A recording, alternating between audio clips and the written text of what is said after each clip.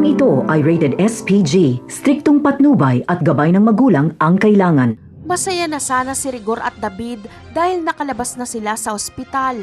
Sa pag-uwi ni David ay bugbog agad ang kanyang inabot sa San Dimas. Galit na galit kasi sa kanya ang mga tao dahil marami ang nadamay sa nakaraang barilan. At mas ikinagalit pa ng mga taga San Dimas dahil si Tanggol ang sinisisi ni David. Pero kakampi ng mga tao si Tanggol kaya bugbog tuloy ang inabot ni David. Galit na galit naman itong si Rigor noong malamang nabugbog si David, kaya kinumpronta niya ang mga tambay sa bilyaran. Pero pinalagan si Rigor at pinagtulungan siya. Dismayado na naman si Chairman kay Rigor dahil nag-umpisa na naman ito ng gulo. So suportahan ni Chairman ang panawagan ng mga tao na paalisin si Rigor at David sa San Dimas.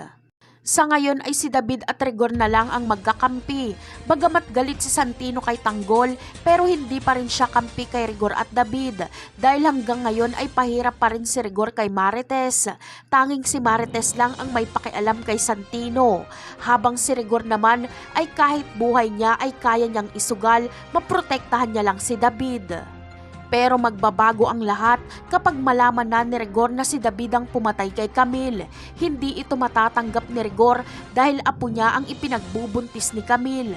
Mapagtatanto niyang napakasama pala ni David. Si Rigor mismo ang makakadiskubre nito dahil malalaman niya kay Atty. Vera na ikinasal si David kay Catherine Caballero. At ang simbahan kung saan ang kasal ay doon din natagpuan si Camille na walang malay. Si Rigor mismo ang mag-iimbestiga.